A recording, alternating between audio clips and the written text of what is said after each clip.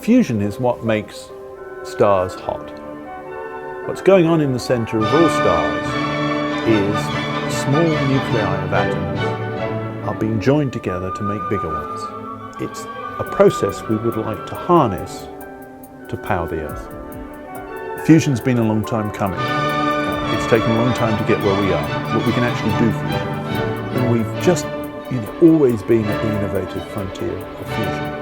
So the fusion reaction that we'd really like to do, and we do in fact in JET, is a reaction between two isotopes of hydrogen, deuterium and tritium. Deuterium is heavy hydrogen, tritium is sort of super heavy hydrogen, and we want to join them together to make helium, and with it lots of energy.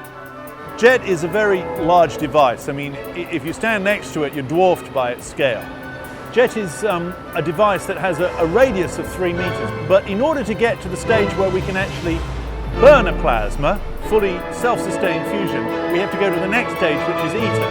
ITER is twice the size of JET, really an enormous device. The bigger we make the device, the more perfect the confinement of the plasma.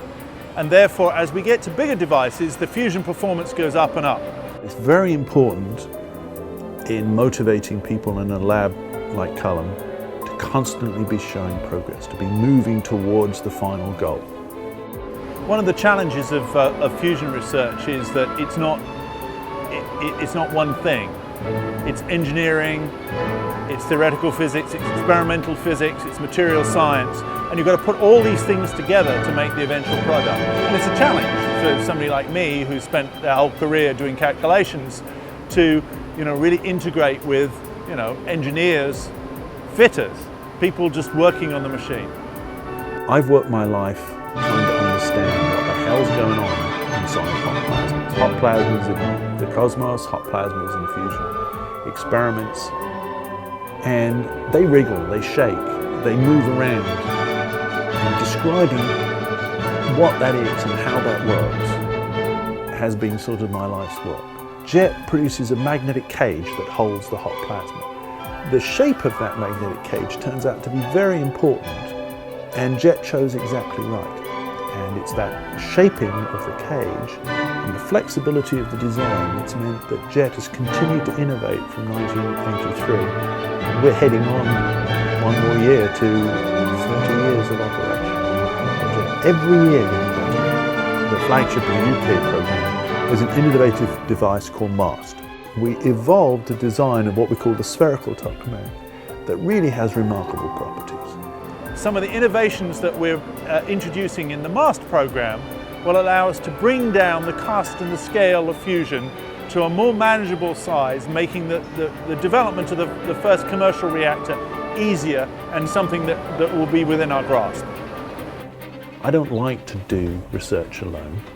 I love doing it for young people because they're enthusiastic about it, they're learning about it, they're working hard, and together I feel like I'm passing on something, but I also feel like I'm getting a tremendous amount out of it. The most enjoyable things that I've ever done, it's the moments of discovery.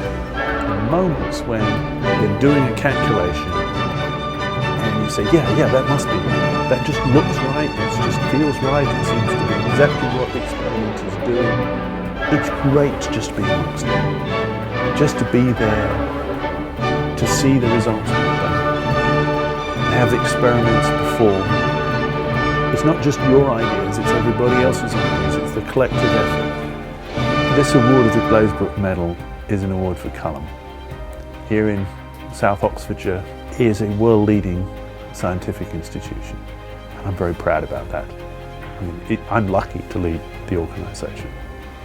I'm very lucky to have an extraordinarily strong, clever, motivated, skillful set of people working at Culham. And we'll be there at the finishing line. We'll be there when fusion is actually a power source that people get some of their electricity from.